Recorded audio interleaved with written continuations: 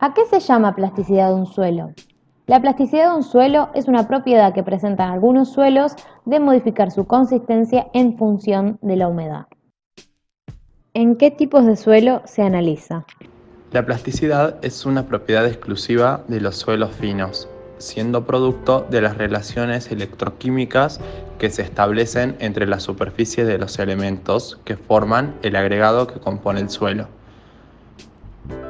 Los suelos granulares, formados exclusivamente por elementos de granulometría gruesa como la arena, la gravilla, la grava o los cantos, no presentan plasticidad. Existe una correspondencia entre la plasticidad de un suelo y su cohesión. En un suelo de grano fino solo pueden existir 4 estados de consistencia según su contenido de humedad. Así, un suelo se encuentra en estado sólido cuando está seco.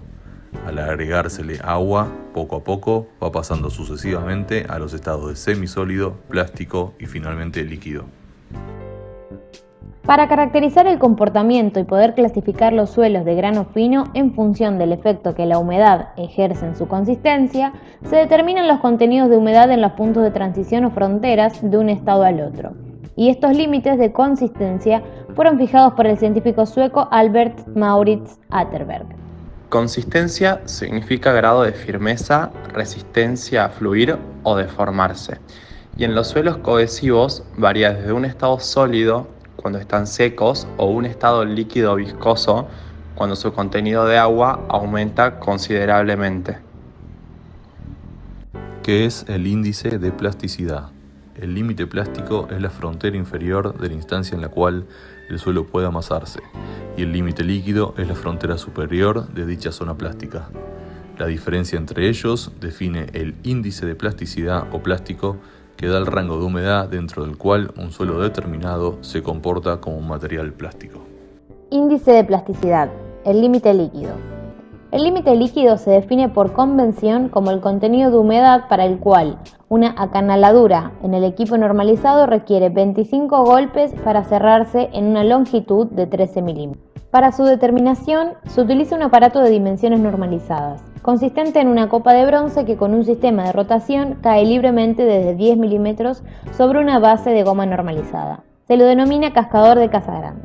La copa se llena con mezcla homogénea de suelo con agua, hasta que se forma una superficie horizontal. Se forma una zanja, manteniendo el acanalador perpendicular a la superficie de la copa de bronce.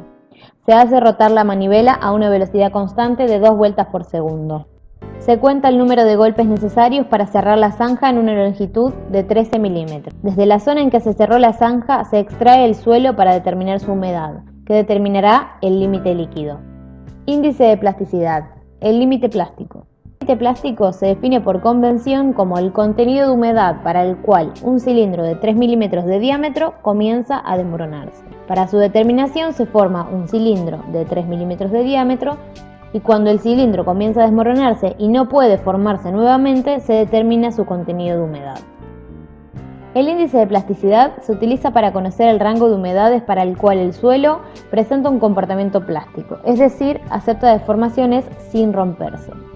Mediante el estudio de suelos, tales como valores de humedad natural, límite líquido, límite plástico, índice de plasticidad, etc., le permite al mecánico de suelos aconsejar el tipo de fundación a utilizar para nuestra estructura.